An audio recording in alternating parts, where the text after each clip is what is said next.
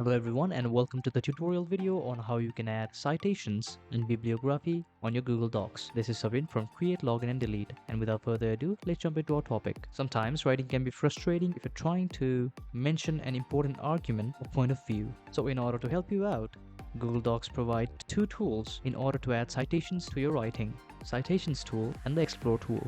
In order to use the first option, go to Tools, go to Citations right here. Now, right here, you can choose the format that you want for your citation source, and then click on Add Citation Source right here. Now, you can choose the source type. For now, let me choose the book, and you can click the option of Accessed By, and you can choose any of these options that you want to. Let me choose on Print. And now, after you've chosen these options, you can try and set the citations manually and fill out all of these options that you want to insert in your citation.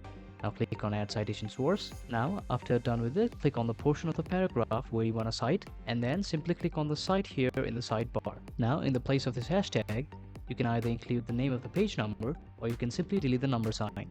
Now, in order to edit the citations, what you can do is simply click on the three-dot icon as shown in the screen, and click on Edit.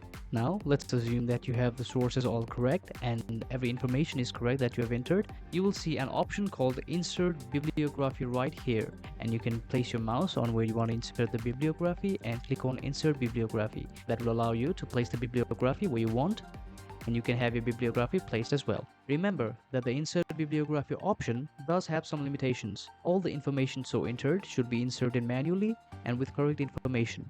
If you don't have correct information, then the bibliography option will not appear on your screen, like in my screen right here. Now, these were some basics of citation tool.